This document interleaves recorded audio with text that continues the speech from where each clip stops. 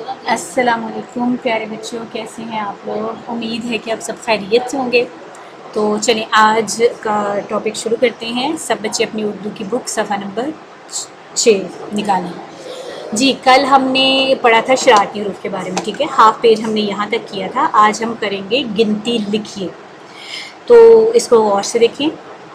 1 2 3 4 5 6 7 8 9 10। अब हमने यहाँ पे ये इन्होंने लिखा हुआ है, आप इनको पहचान के देखिएगा। इनको उर्दू में लिखें।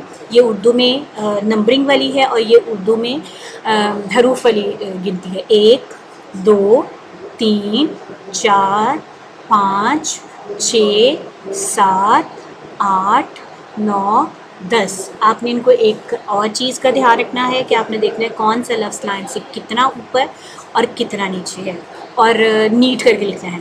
अच्छा, आपने कल वाले टॉपिक में पढ़ा था शरारती हरूफ। आपको थोड़ा सा मैं इसमें शरारती हरूफ के बारे में बताऊँ। ये देखें, एक में अलिफ क्या है, शरारती हरूफ है, तो ये अपने बाद आने वाले ये के साथ नहीं जुड़ा, देखा है आपने। अच्छा, 2 दाल शरारती हरूफ है, वाव भी, तो दाल ने वाव को अपने साथ नहीं जुड़ने दिया क्योंकि वाव बाद में आया है।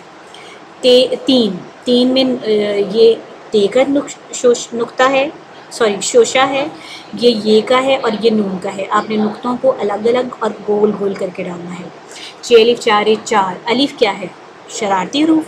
तो इसने क्या किया, ये देखो, अलिफ से पहले चे आया तो पहले वाले हर्फ के साथ ये जुड़ गया है, लेकिन अपने बाद आने वाले रे के साथ ये नहीं जुड़ा, तो ये शरारती हरूफ है। 5 पे अलिफ आ। अब ये देखें, अलिफ क्या है, शरारती हरूफ। अब इसने क्या किया, अपने से पहले वाले पे के साथ जुड़ गया है, लेकिन अपने बाद आने वाले नून के साथ को अपने साथ इसने जुड़ने नहीं दिया। ये बात मैंने आपको कल बताई थी ना।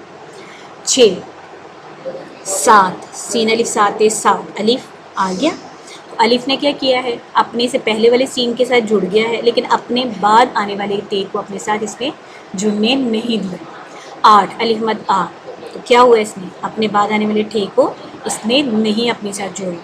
9 10 दाल क्या है, शरारती हर्फ, और इसने क्या किया, अपने बाद आने वाले हर्फ को अपने साथ नहीं जुड़ने दिया। समझ आ गई। अब आपने ये काम आज कॉपी पर भी करना है। कॉपी पर कैसे करना है, चले देखते हैं। जी, जमायत का काम, जुमेरात में जीम के बाद मीम आती है। बहुत सारे बच्चे यहाँ पर ये गलती करते हैं कि पहले आइन डाल लेते हैं फिर मीम डालते हैं।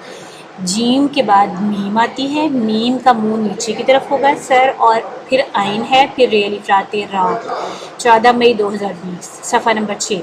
गिनती लिखिए, ठीक है। आपने एक सेंटर में लाइन लगानी है, दरमियान में 1 2 3 4 5। अच्छा, आपने वैसे तो आप पूरे पेज पे भी लिख सकते हैं, लेकिन खूबसूरत लिखना है तो नीचे लाइंस बची भी होंगी, तो आपने आधी गिनती एक साइड पे लिखिएगा, आधी गिनती दूसरी साइड पे लिख लीजिएगा, आमने सामने।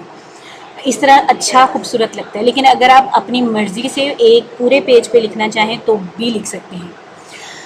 अच्छा जी, एक ये आपकी नंबरिंग में है उर्दू गिनती, ये आपकी हरूफ में उर्दू गिनती है। 1 2 3 4 5 6 7 8 9 10।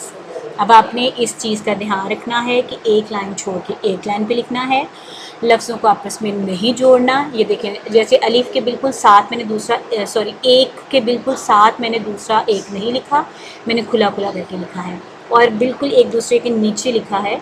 तरतीब ये नहीं है कि एक लफ्ज़ यहाँ पे दूसरा कहीं या तीसरा कहीं है, तरतीब से लिखा है, ठीक है। ये आपका आज का काम है, इसको याद करना है, लिखने की प्रैक्टिस करनी है और अच्छे से काम करना है। उम्मीद है आपको समझ आ गई होगी। अल्लाह हाफ़िज़।